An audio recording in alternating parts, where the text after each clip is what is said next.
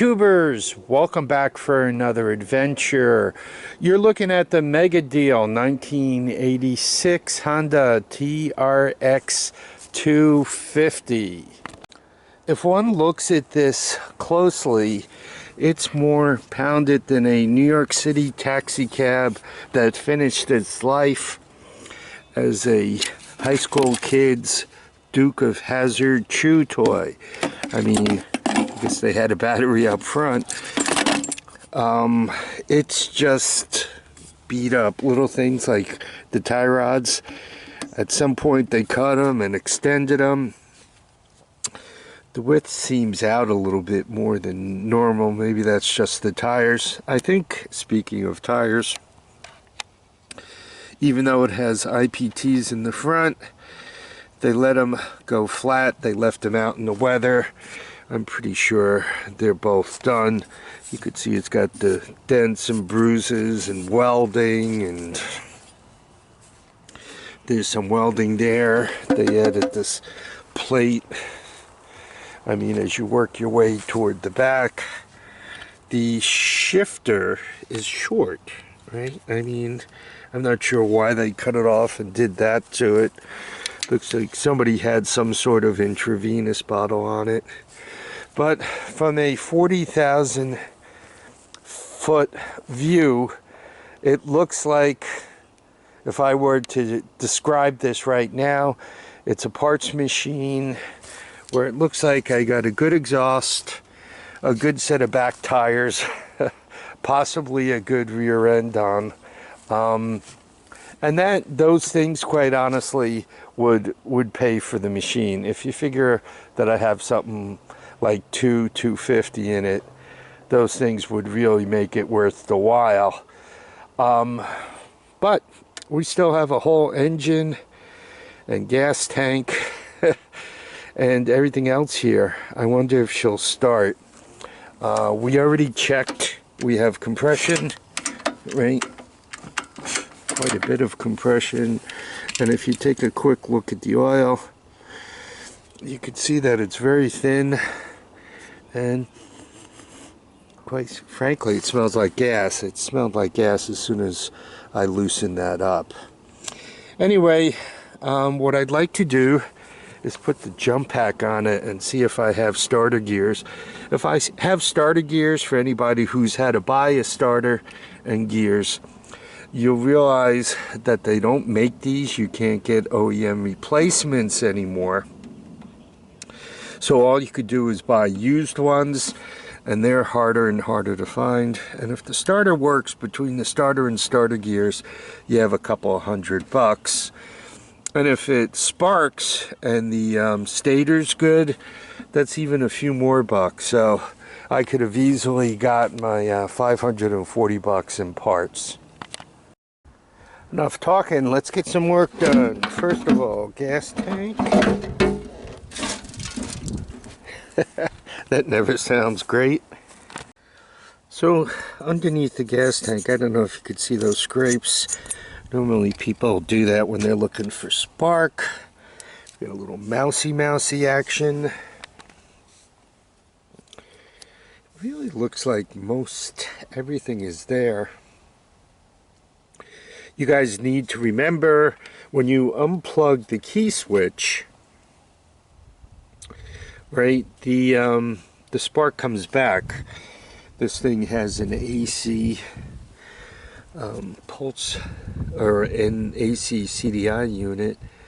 So I think we're going to attempt to start it with is this loose? Oh, good. I think we're going to attempt to start it with the without the portable CDI. I think we're going to give it a shot. I just want to take a quick look at the plug. It tells you a little bit of the story, and I also want to turn it over a couple of times by hand. I don't know. Looks like it's running rich. Yeah, let's looks like somebody spray painted the spark plug. Let's just turn it over a couple of times. Make sure there's no clang and bang halfway through.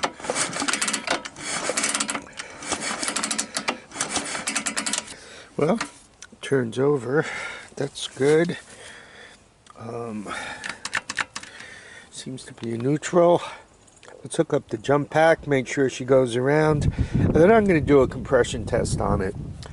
The last one of these I worked on, I did not bother with the compression test. And then as I was working on it, I was getting some strange results. And I thought back, well, I didn't do a compression test. Maybe the reason why it's not running the way I think it should is because the compression's low. Anyway, so let's do that. Then we'll try to put a little gas into it, see if it won't fire up. Okay, here we go. Oil cap back on. Positive, negative. Compression tester all set up.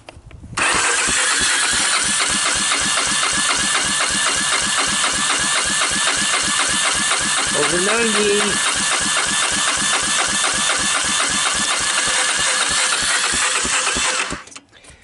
So, just under 120. I'll take it. She should start. Good show. I think I'm going to put the spark plug back in. Give it a little hoot of starting fluid. We'll see if it has any spark. Alright. Let's give it a hoot of starting fluid. Trying not to...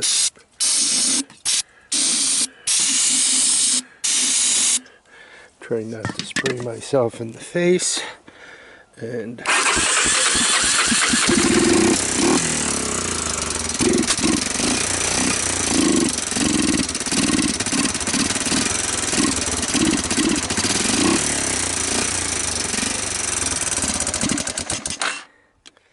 well, somebody must have left some gas in it. I got plenty of noise going on here. Let's actually feed some gas into it and see if we could get it to start and run and move long enough to, or run long enough to see if it'll shift into gear and move. I mean, it feels okay. So hopefully we have some transmission left. If it moves, we'll keep going with it. If it doesn't move, blown transmission doesn't make life worth living for an all-terrain vehicle. Okay, here we go. Let's see if she'll move.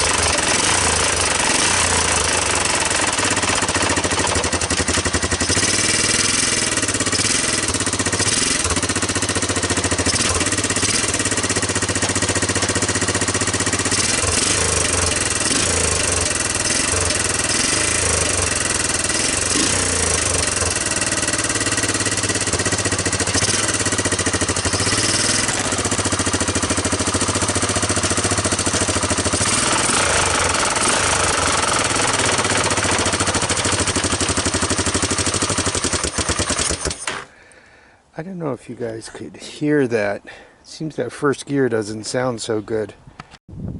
So, here we are. We figured out the good, the bad, the ugly.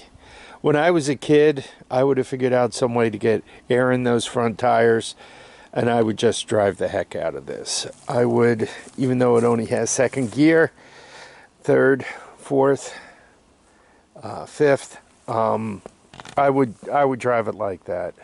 It has reverse.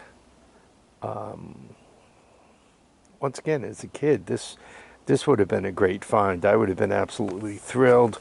I just looked around the Horde. I did find these tires. Steve got those for me. So, I don't know. Do we go through the trouble of bolting those onto the front and getting some air in the back? Maybe put a decent carburetor on it.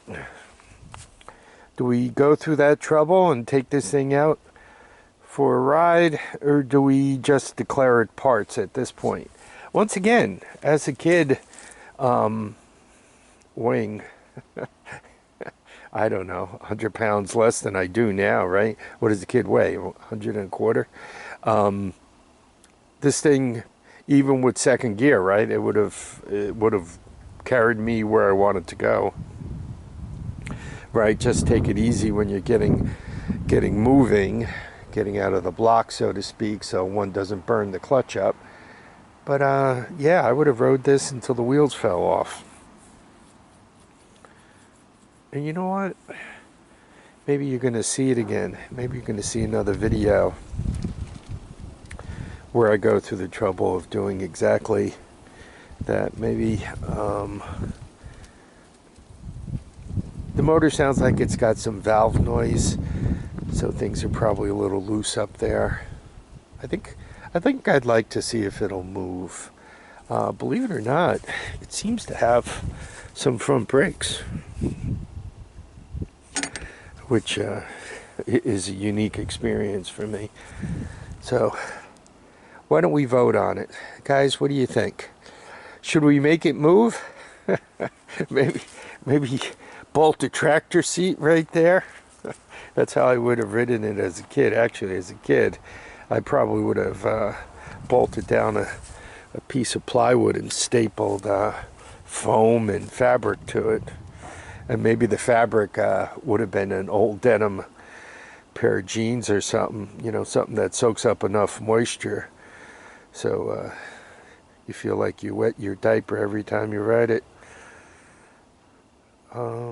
Yeah, I don't know. How much, what's the value on the parts? Just quickly, given that the starter and the starter gears work, that's worth a couple $100. It's sparking, so I think the stator is good. I don't know, stator and cover. Start pricing those out. Set of IPT back tires on rims that hold air. A fully functional exhaust system. It appears as if the head is somewhat alive. The carburetor is not dead. Front brakes might even work. Starts, runs, and moves. I mean, I don't know. I don't know how much you guys spend on parts. I know I spend a small fortune. So getting something with this much functioning, I'm really thrilled about. And I'm also thrilled, quite honestly, because I have quite a few of these, which means this thing gives me parts I need. I'm always after opinions. Let me know what you all think. I don't think people were lined up around the block to get this thing. It's too ugly, and it didn't come with a seat, so there wasn't a lot of demand for it. I don't think I stole it from anyone. Anyway, I'd like to thank you all for dropping by to watch and comment and subscribe. Please remember, feet down, heads up, and make sure you all get out there and enjoy each and every day. You don't know how many you're going to get, so go out and have some fun. Bye now.